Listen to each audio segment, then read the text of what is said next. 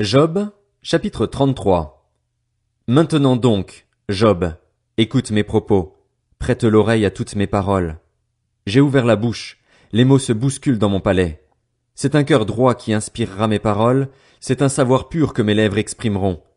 L'Esprit de Dieu m'a créé, le souffle du Tout-Puissant m'anime. Si tu le peux, réponds-moi, prends tes dispositions, tiens-toi prêt. Devant Dieu je suis ton semblable, j'ai été comme toi tiré de la boue. Ainsi, mes terreurs ne te tourmenteront pas et mon autorité ne pèsera pas sur toi. Cependant, tu as bien dit devant moi, et j'entends encore le son de tes paroles. Je suis pur, je n'ai pas commis de transgression. Je suis irréprochable, je n'ai pas commis de faute. Pourtant, Dieu a trouvé des raisons de s'en prendre à moi. Il me traite comme son ennemi. Il met mes pieds dans des entraves. Il surveille tous mes mouvements. Je te répondrai que sur ce point-là, tu as tort. En effet, Dieu est plus grand que l'homme. Pourquoi donc entrer en procès avec lui parce qu'il ne rend aucun compte de ses actes? Dieu parle cependant, tantôt d'une manière, tantôt d'une autre, et on ne le remarque pas. Il parle par des rêves, par des visions nocturnes, quand un sommeil profond tombe sur les hommes, quand ils sont endormis sur leur lit. Il leur communique alors son message et confirme les avertissements qu'il leur donne. Il veut ainsi détourner l'homme de sa manière de faire. Il évite à l'homme fort de tomber dans l'orgueil, il préserve son âme de la tombe et sa vie de la menace du javelot.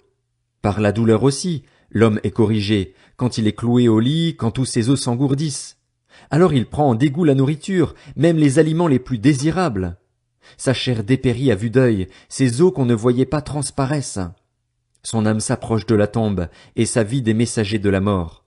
Cependant, s'il y a pour lui un ange intercesseur, ne serait-ce qu'un sur les 1000 qui annonce à l'homme le chemin à suivre, Dieu lui fait grâce et dit, « Délivre-le afin qu'il ne descende pas dans la tombe.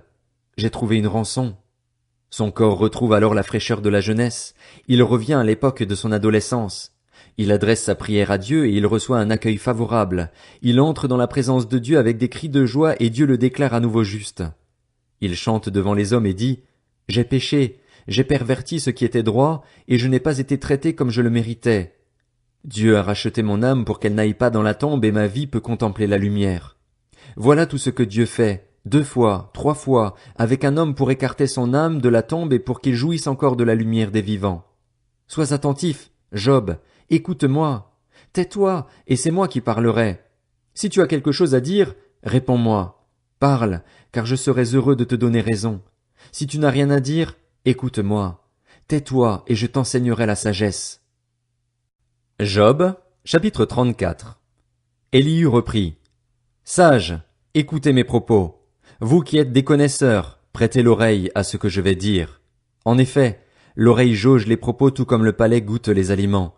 Choisissons pour nous ce qui est juste, sachons reconnaître entre nous ce qui est bon. Job dit en effet, je suis juste et Dieu me refuse justice. Alors que j'ai raison, je passe pour un menteur. Ma blessure est incurable alors que je n'ai pas commis de transgression.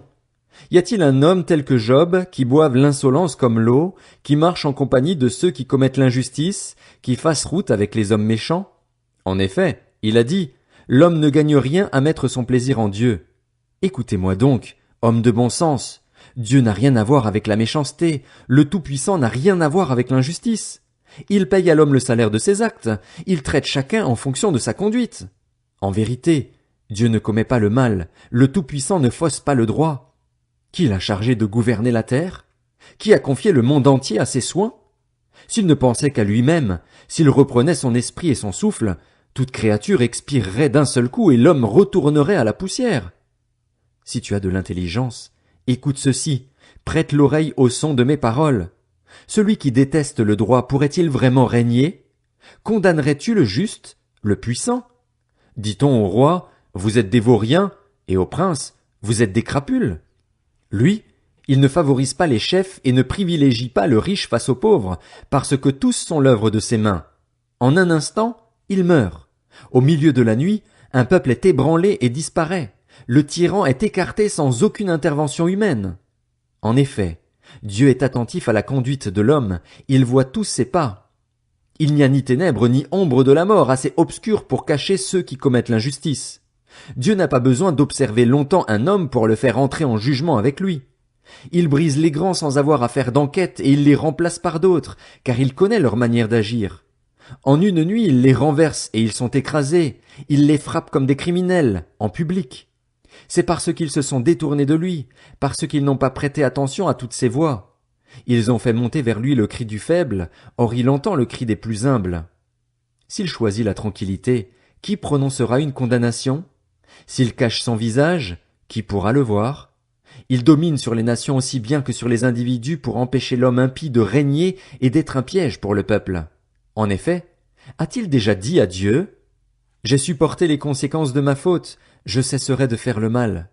Montre-moi toi-même ce que je ne vois pas encore. Si j'ai commis des injustices, je n'en commettrai plus. Est-ce d'après toi que Dieu rendra justice alors que tu fais preuve de mépris? C'est à toi de choisir, pas à moi. Ce que tu sais, dis-le donc. Les hommes de bon sens ainsi que les sages qui m'écoutent me diront: Job parle sans rien savoir et ses paroles manquent de discernement. Que Job soit donc mis à l'épreuve jusqu'au bout, puisqu'il répond comme le feraient des hommes adonnés au mal. En effet, il ajoute la révolte à son péché. Il sème le doute au milieu de nous et il multiplie ses paroles contre Dieu. Job, chapitre 35. Élie reprit: Penses-tu avoir raison? Tu te prétends juste devant Dieu, tu dis: Si je ne pêche pas, quelle importance pour toi? Et moi, qu'est-ce que j'y gagne? C'est moi qui vais te répondre, ainsi qu'à tes amis en même temps. Considère le ciel et regarde. Observe les nuages. Ils sont bien au-dessus de toi. Si tu pêches, quel tort lui causes-tu? Et quand tes révoltes se multiplient, en quoi cela le touche-t-il? Si tu es juste, quel cadeau lui fais-tu ou que reçoit-il de ta part? Ta méchanceté ne peut atteindre qu'un homme comme toi. Ta justice ne touchera qu'un être humain. On crie à cause de la violence de l'oppression. On appelle au secours à cause des actes des grands, mais personne ne dit: Où est Dieu? Celui qui m'a fait, qui inspire des chants d'allégresse pendant la nuit, qui nous instruit par les bêtes de la terre et nous enseigne la sagesse par les oiseaux du ciel? On a beau crier alors, Dieu ne répond pas, à cause de l'arrogance des hommes mauvais. Vraiment, il ne sert à rien de crier. Dieu n'écoute pas, le Tout-Puissant ne le remarque pas. Même si tu affirmes ne pas le remarquer, ta cause est devant lui. Attends-le. Mais maintenant, parce que sa colère n'intervient pas encore et qu'il semble indifférent aux pires offenses, Job ouvre la bouche pour parler dans le vide, il multiplie les propos sans rien savoir.